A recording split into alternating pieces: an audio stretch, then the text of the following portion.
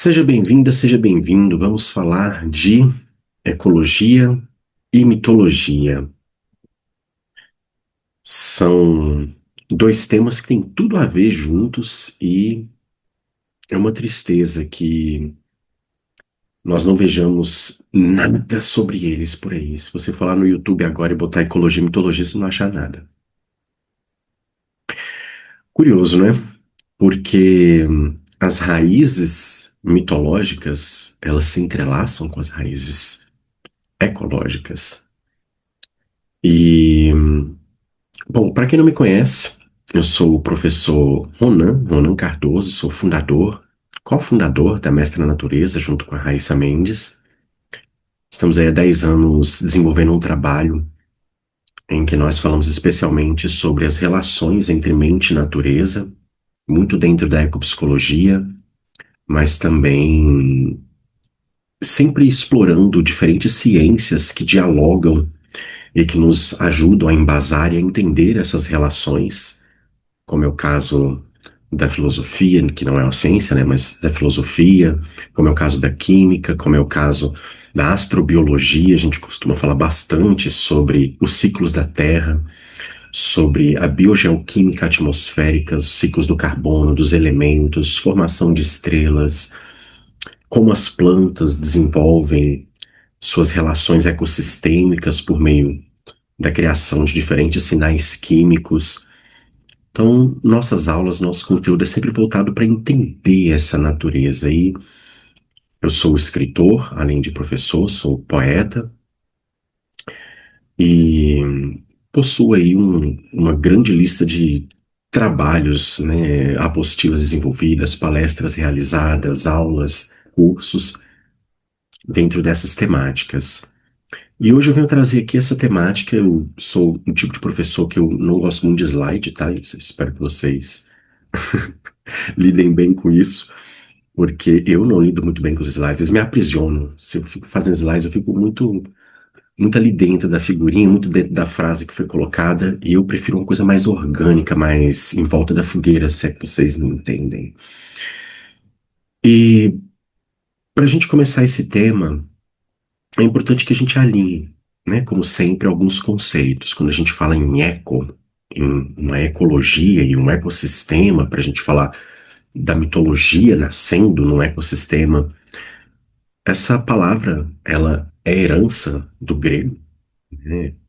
Para quem não sabe, nosso idioma português, ele é uma derivação do latim vulgar, o latim falado pela população. E o latim vulgar vem do latim clássico tem muita herança do grego, né? Então, muitas das nossas palavras vêm daí dessa raiz greco-romana, greco-latina, e eco vem da raiz oikos, né, do grego.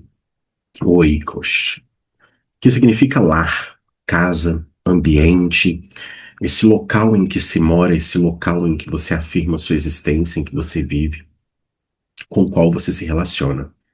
Então, quando nós falamos de um ecossistema, nós estamos falando desse sistema que é um lar, desse sistema que é um ambiente, desse sistema que é essa tessitura de histórias em que nascemos. Nós, humanas e humanos, nós não nascemos zero, né? Nós nascemos no meio de uma história em desenvolvimento, uma história contada pelos nossos corpos, conforme a nossa ontologia se desenvolve, uma história contada pelos fenômenos, pelas pessoas ao nosso redor, histórias contadas pela natureza.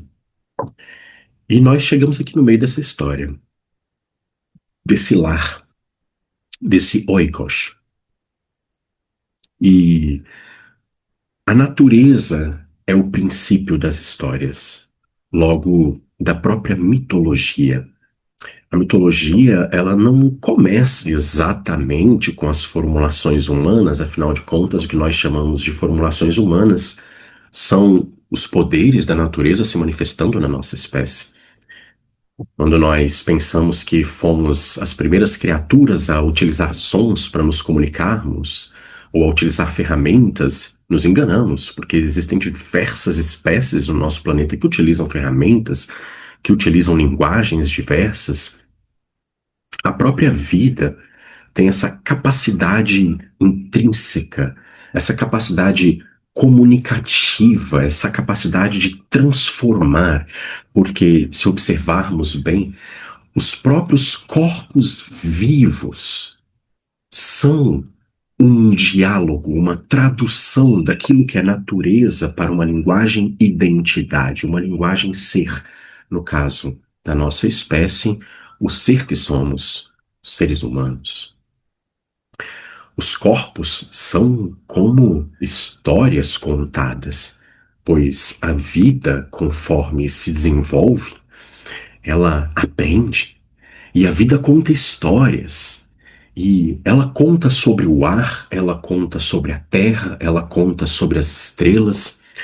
A vida reescreve enquanto ela está trocando de energias, de matéria, através do corpo. E o corpo é uma mitologia construída. O corpo é uma história contada. Afinal de contas, o corpo são registros, registros de como a vida aprendeu a ver a luz, registros de como a vida aprendeu a dar ritmo e voz ao ar.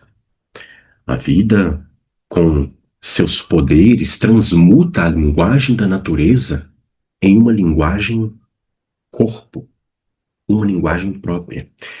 E é daí que nasce a mitologia.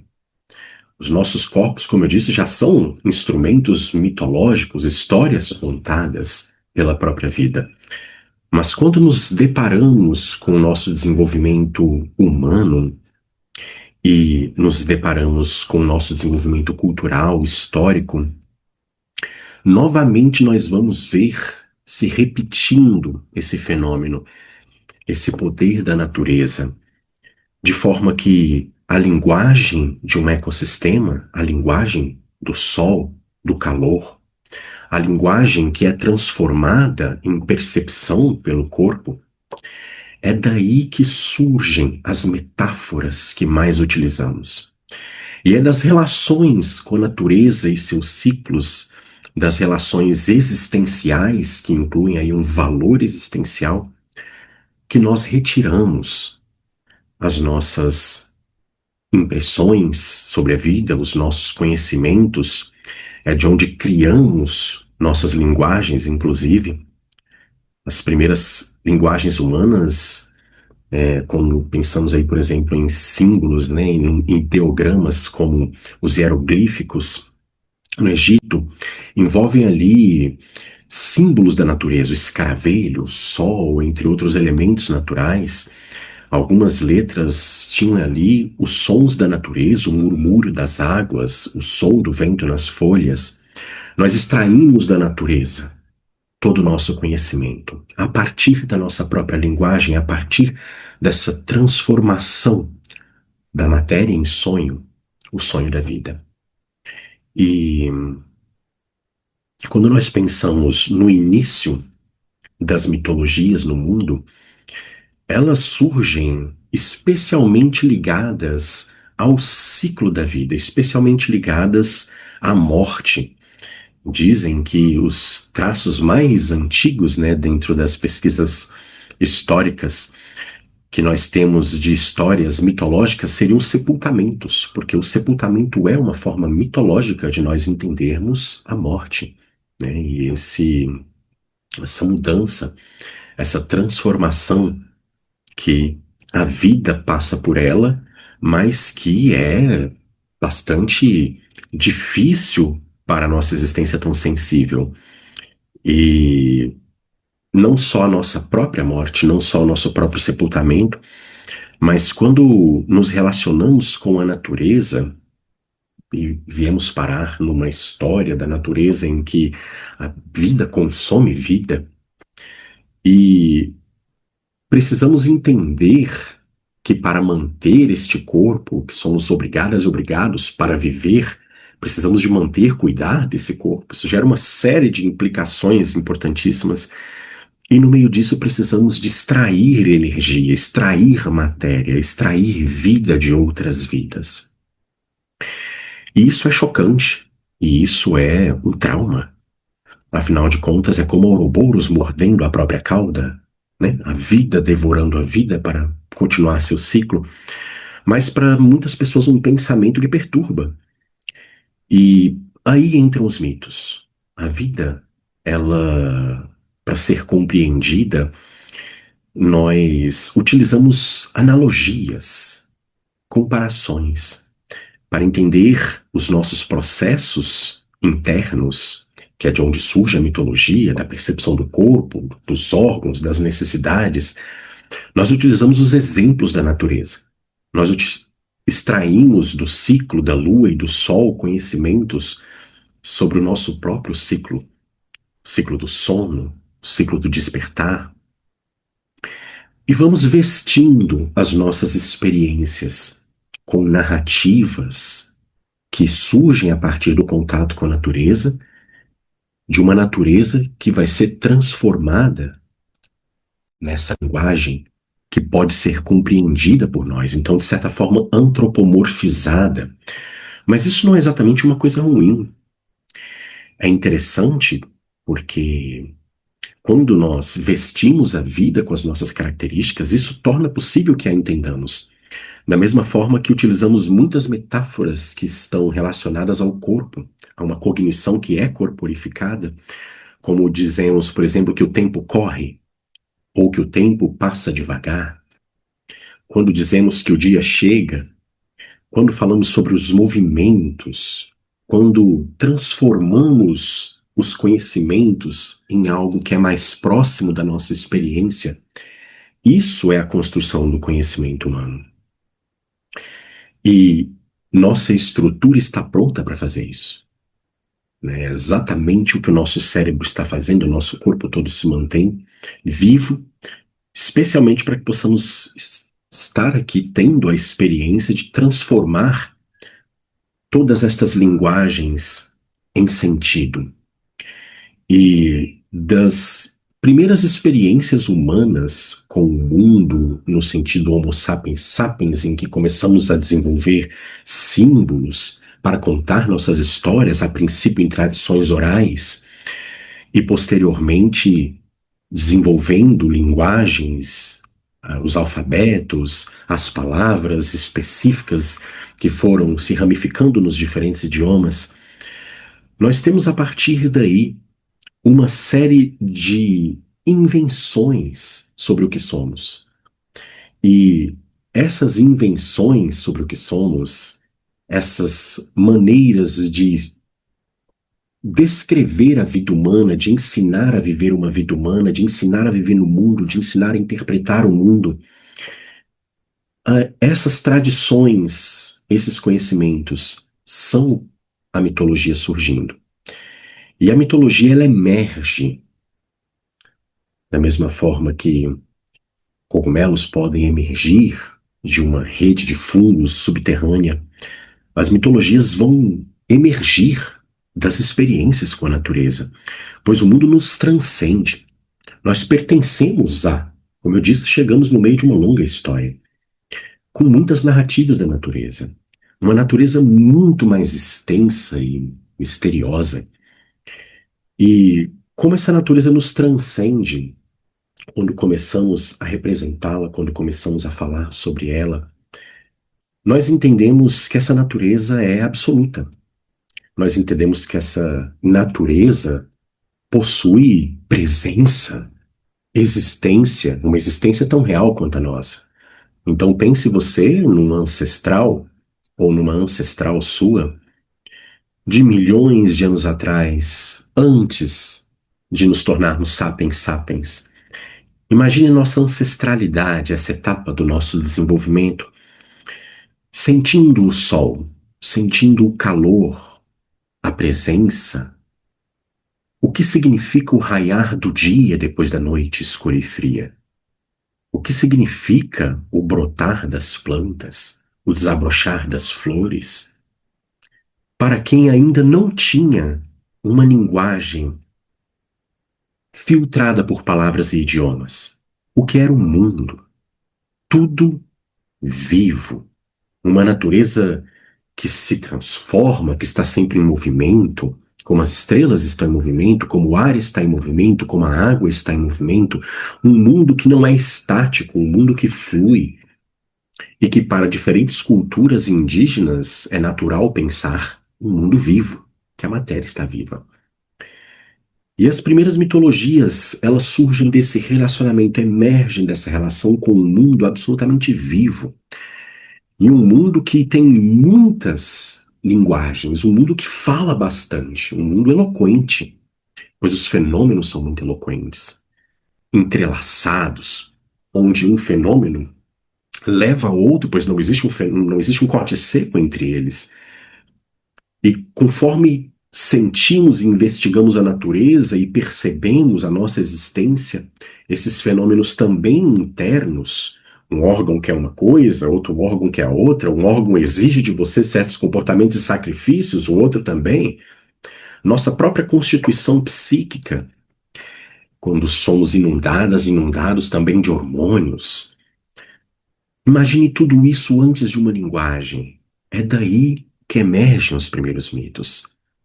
Deusas e deuses, vestidos da linguagem corpo para que possamos entender melhor esses fenômenos naturais, porque nos entrelaçamos com eles, temos parentesco com todas as formas vivas, com toda a natureza, com toda a existência. Somos existências se desenrolando, existência acontecendo, sem corte seco.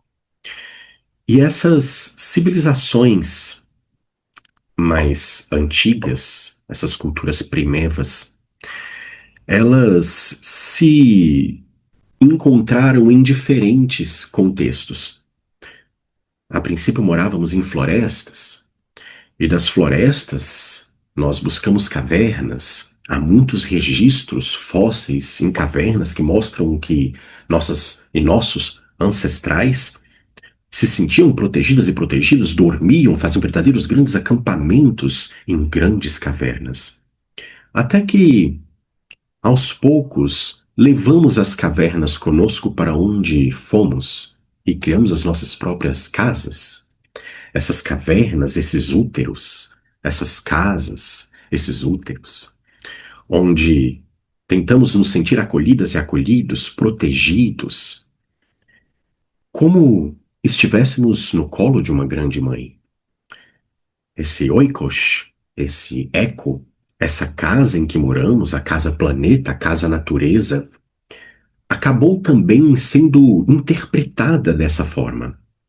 A figura dos pares de opostos, né, surgindo a partir dessas diferentes imagens que a natureza nos traz, como o dia e a noite, o macho e a fêmea, levaram as primeiras civilizações a encontrar na natureza a figura feminina, por uma série de associações, afinal de contas, é a figura feminina que gesta, como a natureza gesta.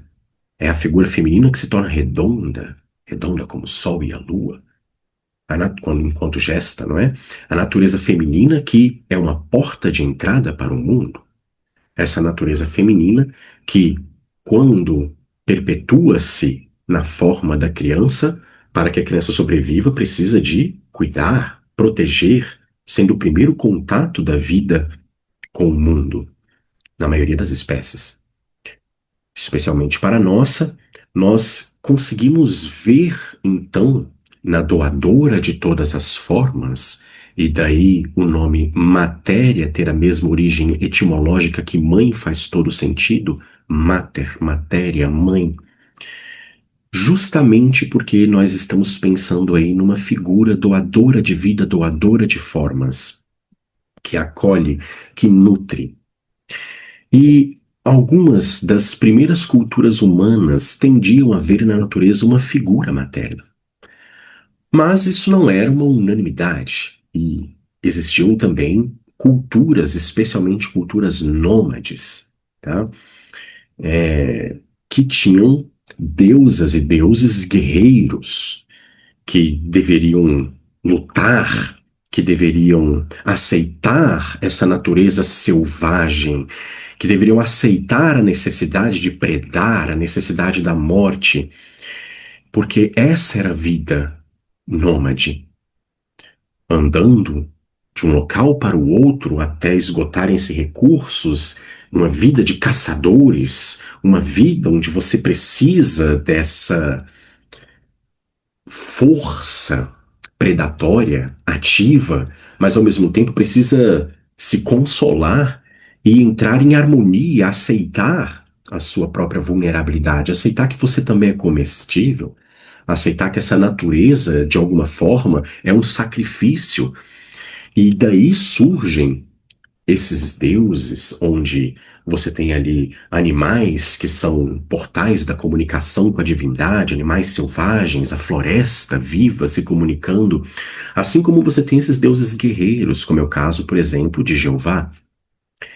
E você tem muitas passagens bíblicas, por exemplo, que mostram ali que Jeová aparecia nos sonhos de algumas pessoas escolhidas, vai lá e derrota aquele povo, e é para estuprar as mulheres, e é para matar as crianças, e tudo para entrar de acordo. Afinal de contas, a mitologia não era só uma transformação da linguagem da natureza, mas também uma forma de organização, onde certos conhecimentos são transmitidos para além desses conhecimentos acerca dos fenômenos da natureza, também os conhecimentos das sociedades, de como devemos nos relacionar enquanto sociedade.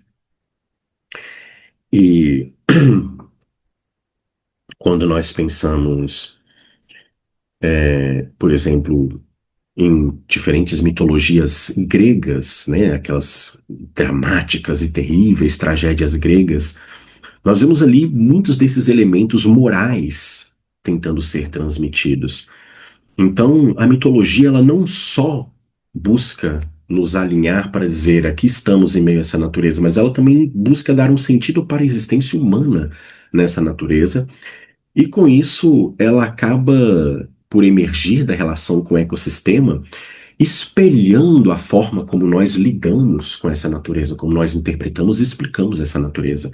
Então, se a natureza é visceral, e se eu preciso matar para viver, se é preciso guerra, então os meus deuses são guerreiros e eles me dão a bênção, né? O ser humano quer encontrar sentido na própria existência, validando seus atos, validando seus pensamentos, validando seus valores, sua cultura, elevando essa cultura, elevando esses pensamentos, esses hábitos à categoria de um fenômeno que foi permitido pela divindade existente no mundo ou pelas divindades percebidas no mundo.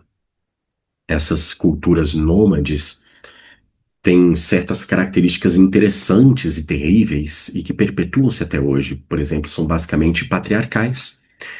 E num dado momento da história, muitos mitos patriarcalistas, eles tomam mitos de outras culturas, pois era muito comum invadir uma cultura e destruir uma certa cultura, você tomar os mitos daquele povo e mudar as histórias.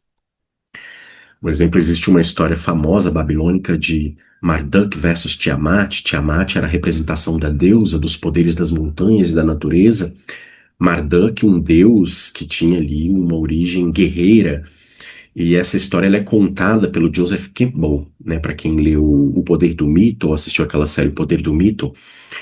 E ele traz uma explicação maravilhosa, recomendo inclusive que assistam essa série se possível, ou que adquiram um livro, de como Marduk desmembra Tiamat e reconstrói o universo. O corpo da deusa é o universo já. A deusa representava a natureza do universo, mas essas culturas masculinas de deuses guerreiros chegam, então muda essa mitologia. Marduk derrota Tiamat, desmembra ela e faz o universo a partir do corpo dela, refaz, né, recria. E nesse período, uns 4.000 anos atrás, mais ou menos, 5.000, nós temos aí uma predominância desses mitos que tentam tomar esse espaço, né, como protagonistas da história humana e diminuir a crença, diminuir a rede de sentidos estabelecidas pelas histórias de outras culturas. Os povos que se tornaram sedentários e que, primeiramente, se aglomeraram ao redor de rios, afinal de contas, é ali que a vida era abundante e era mais propícia para o surgimento, inclusive, da agricultura, né, por conta ali do diminuimento, da diminuição da megafauna e de diferentes mudanças climáticas pelas quais o planeta passava e que obrigou as pessoas a mudarem de comportamento, surgiram as primeiras cidades. Na beira de grandes rios, por exemplo, os povos que foram chamados de hindus porque se assentavam ao redor do rio Indus, né? E daí o hinduísmo, e que, por sinal, é uma das culturas, um dos idiomas mais antigos da humanidade. Essas culturas que se assentavam ao redor de rios, ao invés de serem guerreiras, nômades, tinham já uma outra visão acerca da natureza e panteões, né, histórias de deusas e deuses com poderes mais equilibrados. Você tinha deuses poderosos e deusas poderosas. E extraindo da natureza as relações com a agricultura, com a necessidade de estabelecer acordos, de conhecer os processos, de conhecer as estações, isso também passa para a mitologia.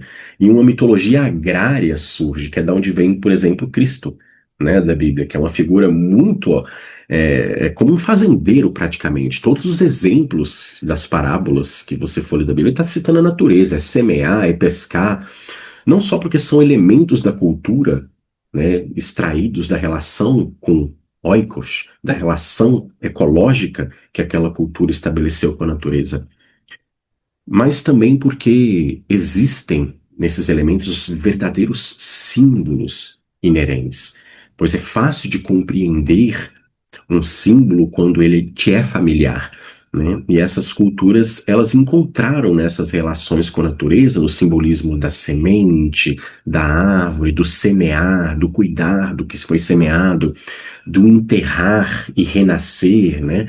Essa coisa da ressurreição. Tudo isso vindo ali de uma outra forma de perceber e de explicar esse mundo ao redor, diferente daquela forma dos povos guerreiros, nômades. Existem muitos trabalhos que vão trazer para a gente um pouco sobre essas questões. Eu indiquei O Poder do Mito, do Joseph Campbell, também posso indicar o trabalho da ensaísta e poeta Sophie Strand. Eu vou deixar registrado aqui no chat para quem quiser pesquisar o nome dela depois. Sophie Strand. Fantástica, ela tem um trabalho muito bacana, tem entrevistas com ela no YouTube em inglês, mas dá para colocar aquela legenda gerada automaticamente, traduzida automaticamente, dá para acompanhar perfeitamente, tá? E ela também tem livros, alguns, se eu não me engano, até traduzidos já. Ela fez uma versão ecofeminista dos evangelhos, né, falando aí sobre Maria Madalena de uma outra perspectiva. Ela tem um trabalho muito bacana que fala sobre essa reconstrução do masculino, da imagem mitológica do masculino. Então, recomendo muito, tá? Que está totalmente alinhado aqui com essa nossa aula. Existem outros trabalhos, a maioria deles é em inglês, pode não ser acessível para todo mundo, mas, por exemplo, do Robert Brinkhurst, é também um professor, eu vou colocar também o nome dele aqui, Robert Brinkhurst.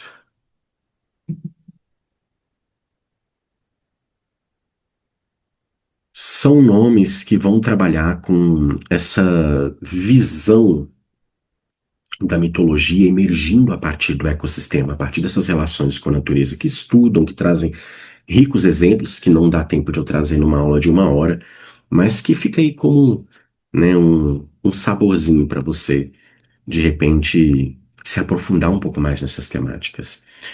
E a Sophie, o Joseph Campbell, o Robert, apesar de virem de diferentes contextos, diferentes fontes, eles conseguem entender nessas linguagens mitológicas a construção de sentido a partir dessas experiências que são fenomenológicas, como os panteões, as deusas e os deuses representam o nosso corpo, representam os nossos órgãos, dentro de uma ideia justamente né, de que são soberanas, soberanos essas ordens, esses órgãos, esses elementos que nos compõem, os elementos da natureza, e também falam bastante sobre por que que não é saudável quando você desloca um determinado sistema mitológico de um ecossistema para outro. Então, quando você importa uma mitologia que pertencia a uma outra paisagem, a uma outra cultura que tinha uma determinada relação com aquela paisagem, aquilo tudo fazia muito sentido. E leva isso para um lugar onde as pessoas têm uma outra relação com o mundo, com a natureza, com o tempo, consigo mesmas, com a própria saúde. Uma mitologia ela não vai funcionar assim, né? Então é preciso que você compreenda as metáforas e compreenda que aquelas imagens mitológicas dizem respeito a essas experiências fundamentalmente humanas, essas experiências que são o nosso contato com a natureza interior e exterior. E especialmente a Sophie e o Robert trabalham bastante nessa linha, são muito incisivos ao trazer essa questão de como ficamos alienadas e alienados quando tentamos extrair significado de um determinado sistema mitológico que não está presente ao nosso redor. Então, no nosso caso, brasileiras e brasileiros, onde está a nossa mitologia? Nós importamos muitos sistemas mitológicos e assassinamos muitos ao longo da história do nosso Brasil, né, no etnocídio que nunca acabou até hoje, né, desde que diferentes culturas aqui se chocaram desde a época das grandes navegações, desde as grandes ideias coloniais, que justamente por herdarem desse pensamento mitológico, religioso, porque uma mitologia, quando ela para de ser revisada, ela se torna uma religião, né? Da mesma forma que a ciência se para de se revisar, ela cai, ela decai ali em certos conceitos enrijecidos que não representam a realidade. Também as mitologias, como uma linguagem que busca explicar o mundo, que buscam se colocar como verdades universais, tal como as verdades da ciência, também pode cair nesse problema de perderem a sua vivacidade. E essas culturas que herdam essa visão de mundo se tornaram um pensamento de dominação da natureza, porque elas veem especialmente a natureza como uma coisa separada da humanidade, como impura.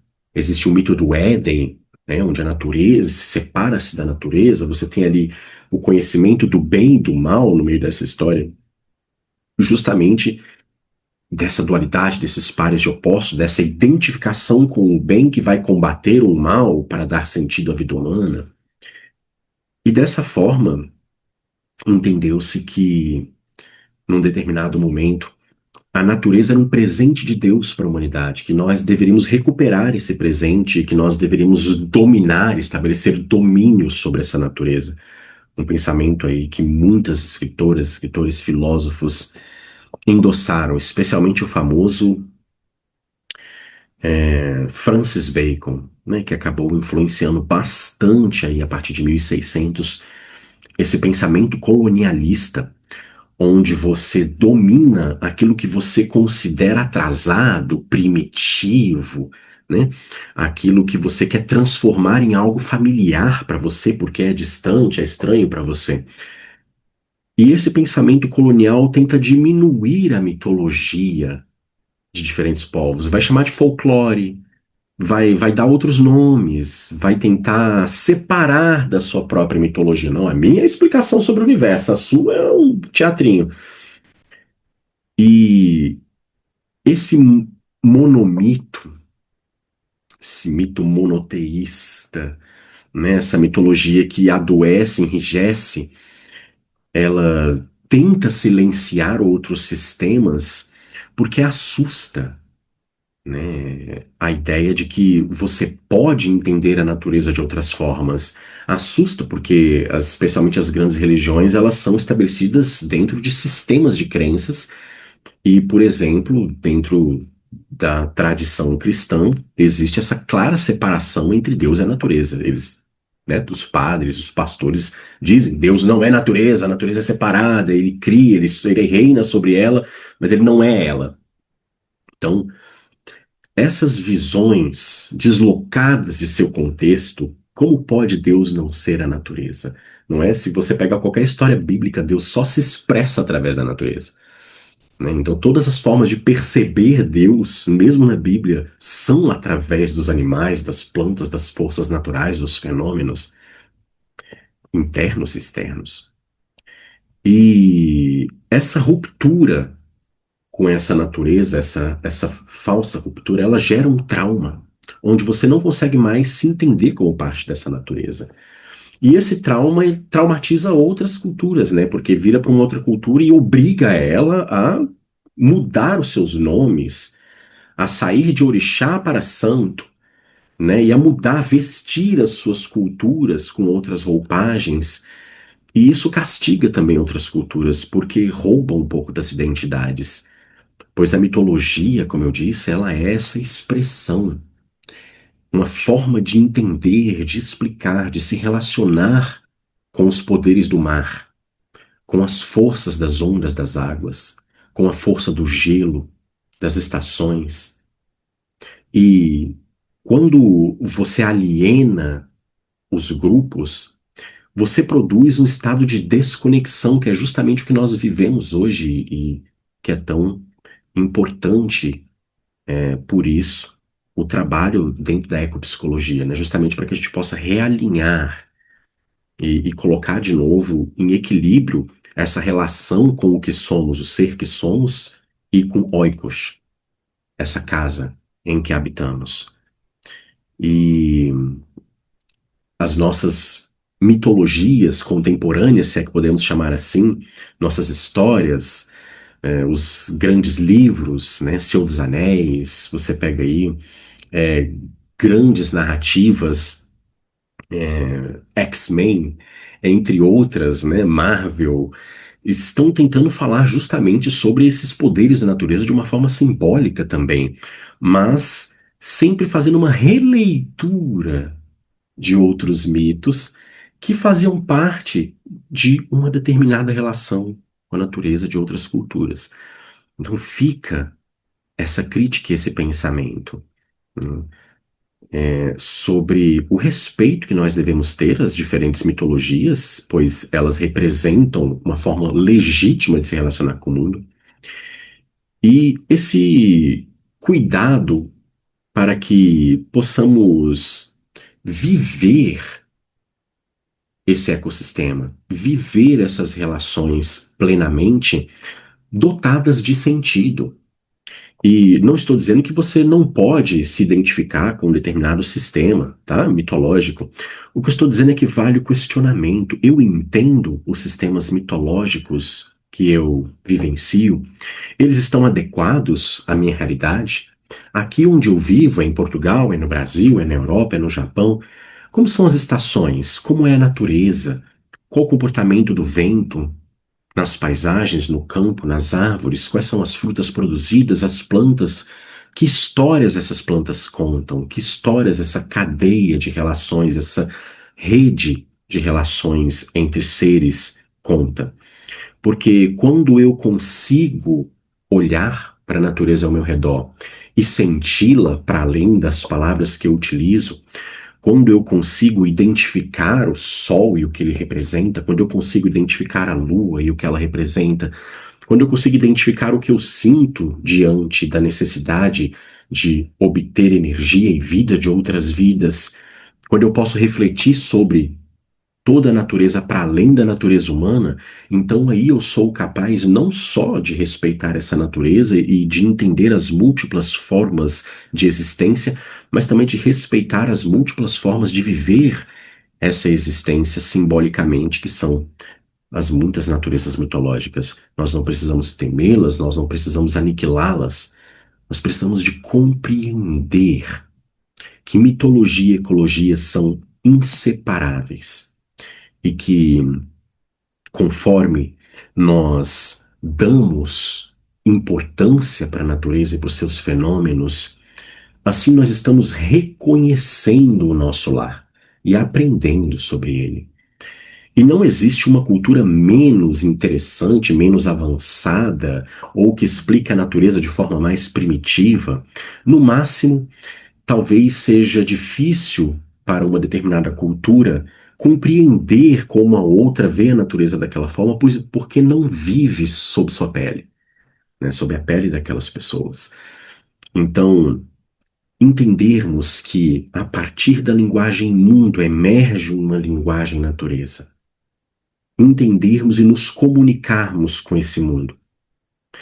Entendermos que dentro das tradições orais e dentro das tradições escritas, muito se transforma de uma geração para outra. Se num pequeno telefone sem fio, com 20 pessoas numa roda, você já tem mudanças drásticas de informações, em cantigas de roda também. Com o passar das gerações, pequenas mudanças vão sendo feitas, alterações nas histórias. Alguns elementos persistem, outros vão se transformando, justamente porque não há nessas histórias um símbolo ou uma verdade absoluta, mas a percepção de que a natureza está viva, a percepção de que ela fala, a percepção de que nós podemos nos comunicar com esse mundo e de que, ouvindo o mundo, nós podemos aprender mais sobre a nossa própria natureza, de que, compreendendo os ciclos, nós vamos poder compreender a nossa própria história. Eu quero deixar aqui também como uma sugestão que assistam a um canal no YouTube chamado ABC Terra. Esse canal, ele soltou um vídeo recentemente, acho que é Como a Era do Gelo Moldou a Humanidade, se eu não me engano. É uma aula, assim, estupefaciente, ela é incrível, tá? É muito completo, uma hora de aula que vai trazer ali, por exemplo, esses conhecimentos sobre esses ciclos do planeta, especialmente eras do gelo. Nós estamos numa era glacial, né? No final de uma era glacial. E como essa relação com a paisagem, com a natureza, muda completamente a relação do ser humano com os outros animais, com as plantas, com a sua própria existência, com o local em que habita. E é muito interessante ver como a água e o comportamento dela, e o comportamento do gelo pesando sobre a Terra, mudando a configuração do planeta, pois pesando sobre um certo continente uma camada de gelo, há mais água entra, uma parte da Terra some, a outra emerge. A Terra está sempre em transformação, sempre viva, como um organismo se regulando, uma matéria sempre viva, como Gaia. E esse documento, essa aula, ela traz uma visão assim bastante rica em detalhes sobre essa evolução, né, de diferentes espécies humanas que se encontraram em algum momento nesse planeta, com dados científicos, é muito bem construído, tá? E fala justamente sobre também essas relações de sentido que emergem a partir das forças da natureza que são muito maiores do que nós. Então, compreender que nós não estamos diante de um mundo cheio de respostas, muito mais diante de um mundo cheio de perguntas, e compreender que quando encontramos na natureza sentido, esse sentido ele é historicamente situado e ele depende desse corpo. Ele é uma estrutura corporificada, o sentido. Então, o que faz sentido para o meu corpo agora pode não fazer sentido para outros corpos do futuro, assim como não faria sentido para outros corpos do passado. E entender esse pertencimento, entender esse entrelaçamento, essa permeabilidade, esse momento presente em que somos porque as florestas são, em que somos porque o clima é, somos porque a natureza é. E entender essas relações todas como sendo a força motriz da nossa imaginação, das explicações que damos para o nosso respirar, para o nosso trabalho, para as nossas artes, para o nosso canto, para as nossas expressões, porque ecoando a natureza que nos sentimos pertencendo, ecoando a natureza é que percebemos o sentido da nossa própria existência. Não há fenômeno isolado, nenhum ser humano consegue descobrir o seu próprio sentido isoladamente, mas sempre em relação a. E nessa aula, embora seja bastante breve, o que eu quis é trazer um pouco desse conhecimento de como nós podemos entender essas linguagens mitológicas. Eu tinha pensado em vários mitos para poder trazer aqui e falar um pouco sobre eles, mas isso vai extrapolar com certeza o nosso horário. Mas uma página, por exemplo, que eu achei muito interessante, eu vou recomendar aqui também, se chama mirim.org. Eu vou colocar aqui no chat, mirim.org. Essa página tem ali alguns mitos interessantes indígenas, mitos indígenas brasileiros, com histórias, por exemplo, sobre o roubo do fogo, a famosa história do Prometeus, que rouba o fogo dos deuses. É uma temática, na verdade, comum, espalhada por quase todos os mitos de todas as culturas. Existem esses temas universais, né, que dizem respeito a essas pequenas descobertas da humanidade, pequenas, né, assim, grandiosas, como, por exemplo, o fogo, a linguagem, as letras, as curas, as medicinas, e que vão sendo passadas, especialmente nas tradições orais, esses conhecimentos através, né, dessas histórias. E é interessante ver como ou a psique humana é essencialmente a mesma, ou você tem uma ramificação de um mito principal que foi apenas ganhando diferentes roupagens, né? Mas as histórias são fundamentalmente as mesmas, talvez porque a experiência humana seja fundamentalmente a mesma.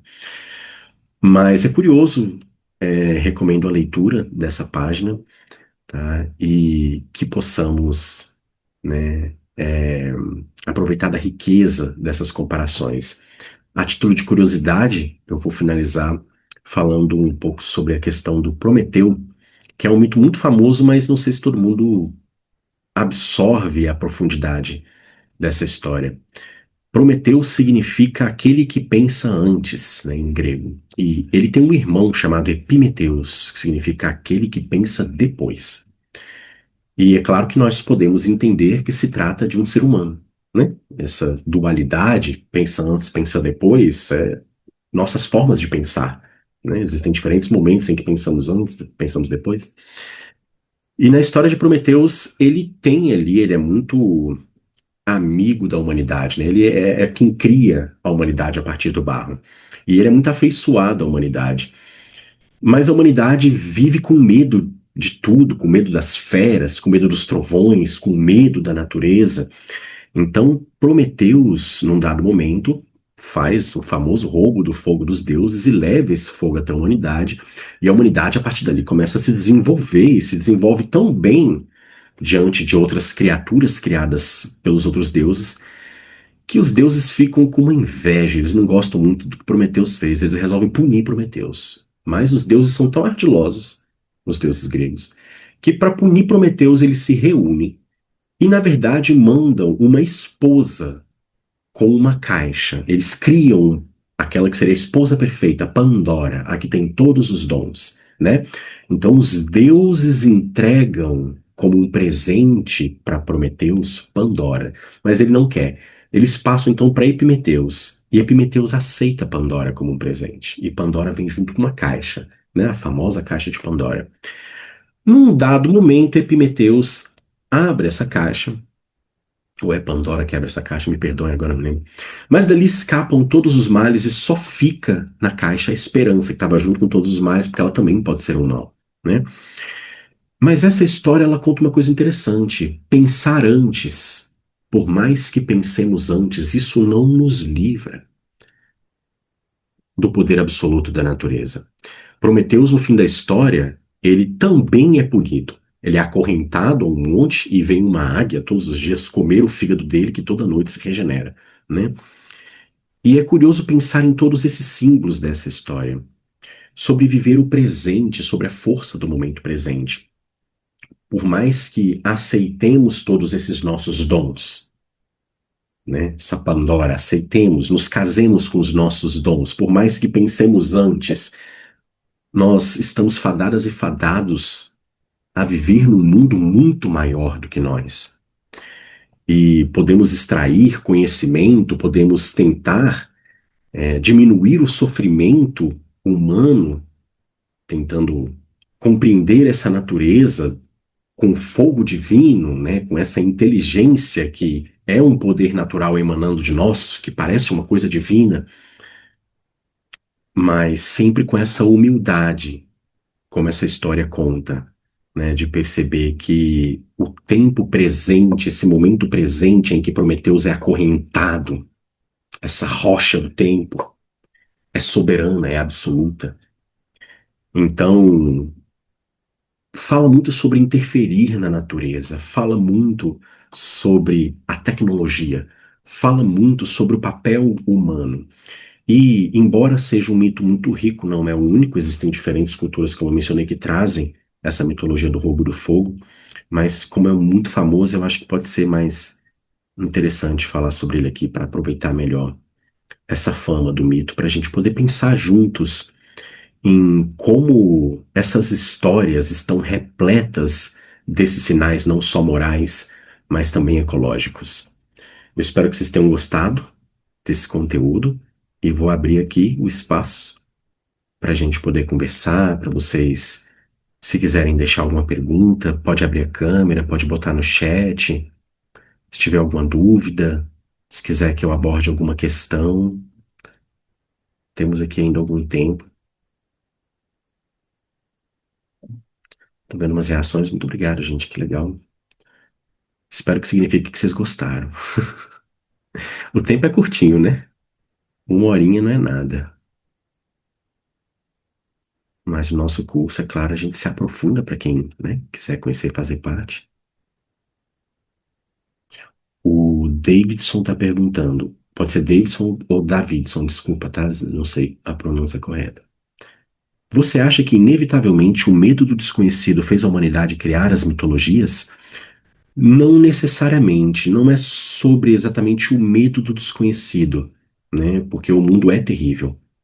E o medo, com certeza, gera muitos mitos, porque faz parte das experiências humanas, mas é especialmente a transformação da linguagem natureza numa linguagem corpo. É daí que surge a mitologia, né? Então, a mitologia ela começa, por exemplo, quando a gente transforma radiação em cor. E a nossa estrutura, nosso sistema nervoso faz isso. A cor não existe. As que a gente vê, não, não fora. Elas existem dentro.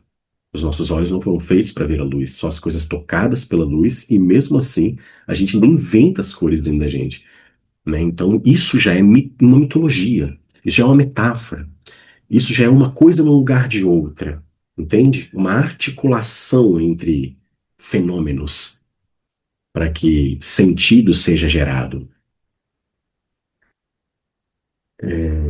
Então, não sei se te respondi, mas não necessariamente apenas o medo. O medo, sim, faz parte das criações mitológicas, mas especialmente essa relação de valor existencial. A fome tem um valor existencial. A necessidade de se alimentar, então a morte, a vida, ceifar uma vida, e isso é mitologizado. Pois quando nós tiramos desse domínio do pessoal, do eu preciso matar esse animal para comer, e entramos num domínio espiritual, um domínio mitológico, então nós nos alinhamos com o que entende-se como sendo o próprio equilíbrio da natureza, né? E a mitologia ela tenta trazer esse equilíbrio para a experiência humana, para a experiência do corpo, traduzindo esse equilíbrio que existe nas próprias dinâmicas naturais. A Amanda Celi está perguntando aqui, gostei da aula, gostaria de saber como você vê a figura de Gaia, que nasce na mitologia grega, mas que hoje em dia transcendeu seu mito, os aspectos mais primais ligados à natureza grega em si, e se tornou uma figura universal que atualmente habita dentro da biologia e da ecologia para representar o planeta como organismo vivo. Perfeito. Gaia é o próprio corpo existencial, né? Então, a figura de Gaia, na minha visão, ela representa um aspecto, certos, né? Um espectro de aspectos da natureza, especialmente aquilo que nos remete a essa ideia de um útero, de um lar, de uma fonte, de uma mãe existencial. Afinal de contas, nós chegamos a um mundo cheio de regras, uma história já sendo contada, né, como eu mencionei logo no comecinho, e que traz essa sensação, né, de que pertencendo a algo maior, de que toda essa estrutura, né, de que existe um espírito, de que existe algo animado, de que existe vontade nessa natureza.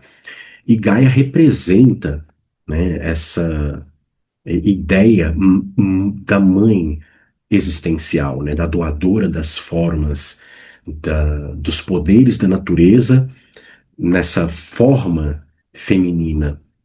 E interessante você falar que ela se tornou uma figura universal, né, dentro da biologia e da ecologia, porque de fato é um conceito que é sempre trazido, né, essa coisa de Gaia como sendo o corpo vivo da Terra. E é muito interessante essa visão, porque eu não consigo ver um planeta morto.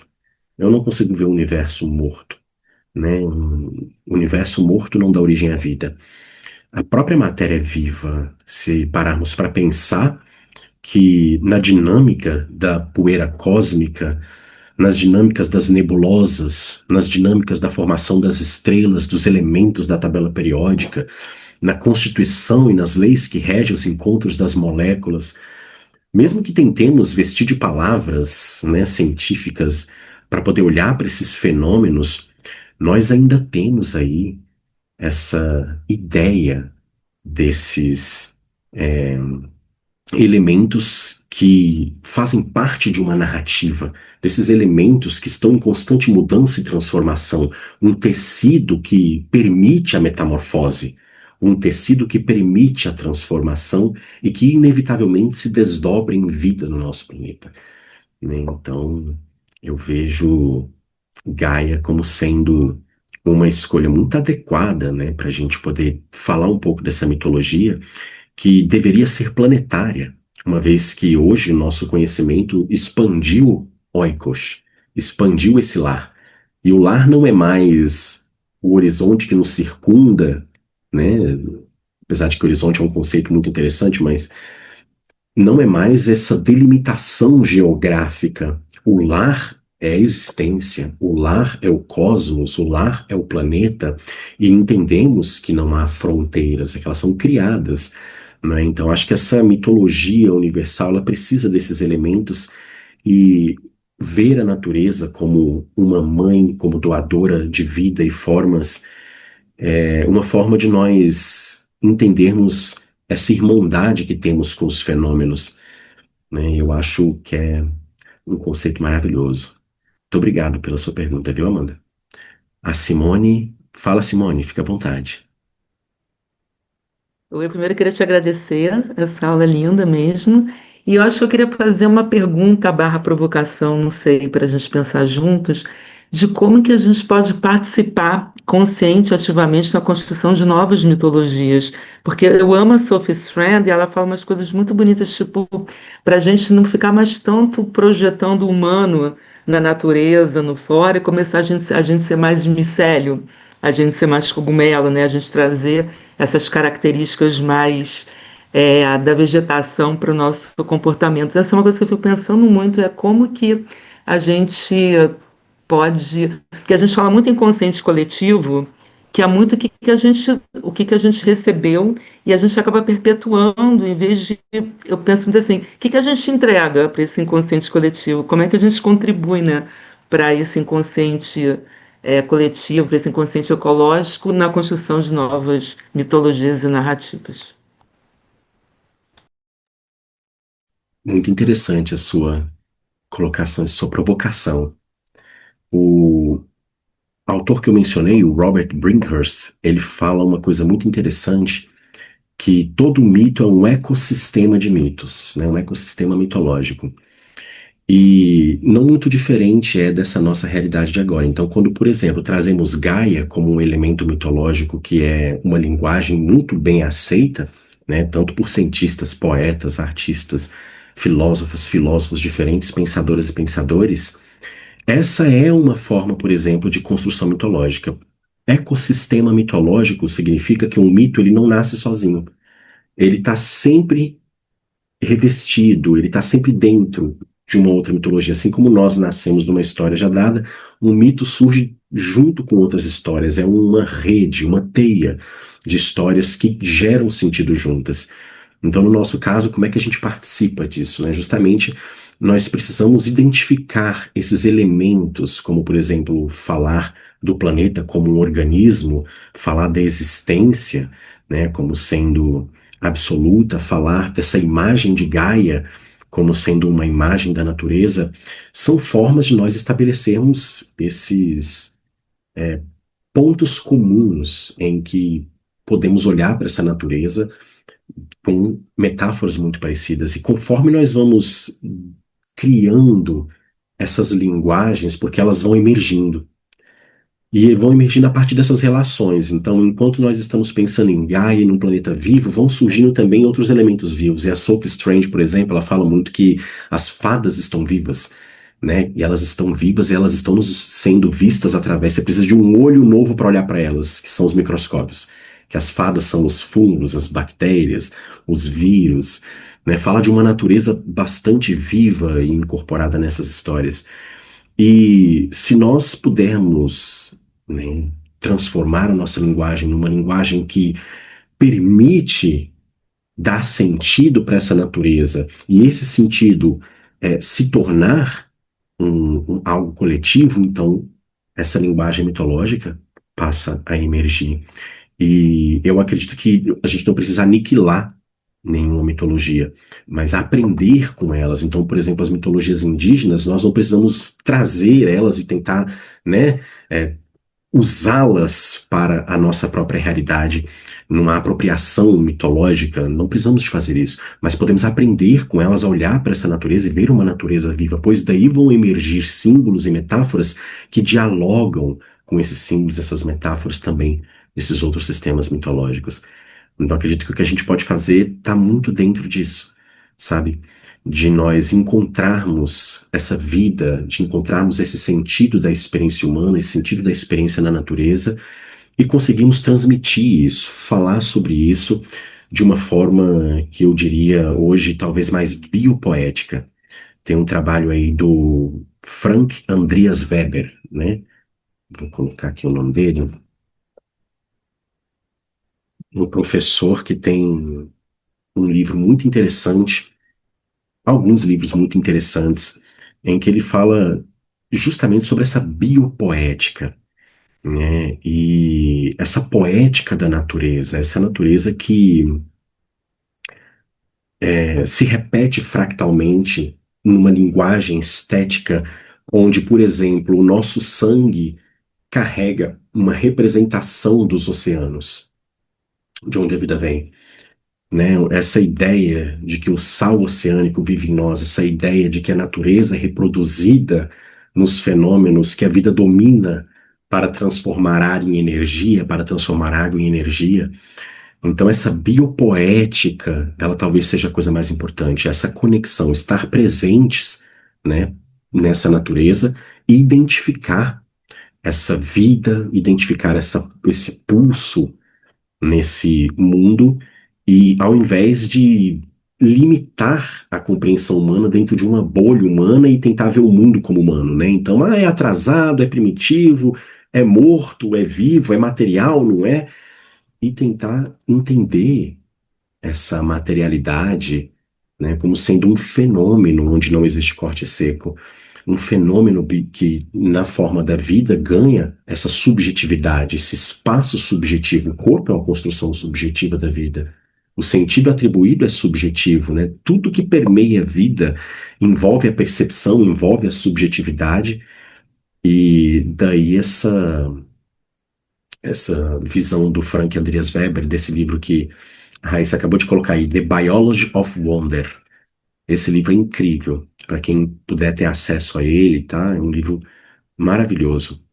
E não sei se te respondi, mas eu vejo por aí que o que a gente pode fazer é essa identificação e levar adiante, porque a gente precisa tocar outras almas, né? A gente precisa falar sobre a natureza, e é assim que a força da imagem de Gaia, por exemplo, se expande, né? Conforme a gente vai falando, vai dividindo com outras pessoas essa visão, e isso vai se tornando cultura aos poucos, né? Então, fora isso, para quem tem o poder de escrever ou de atuar ou de compor músicas, também são excelentes formas de nós ajudarmos as pessoas a compreenderem e a desenvolverem a própria mitologia deste momento.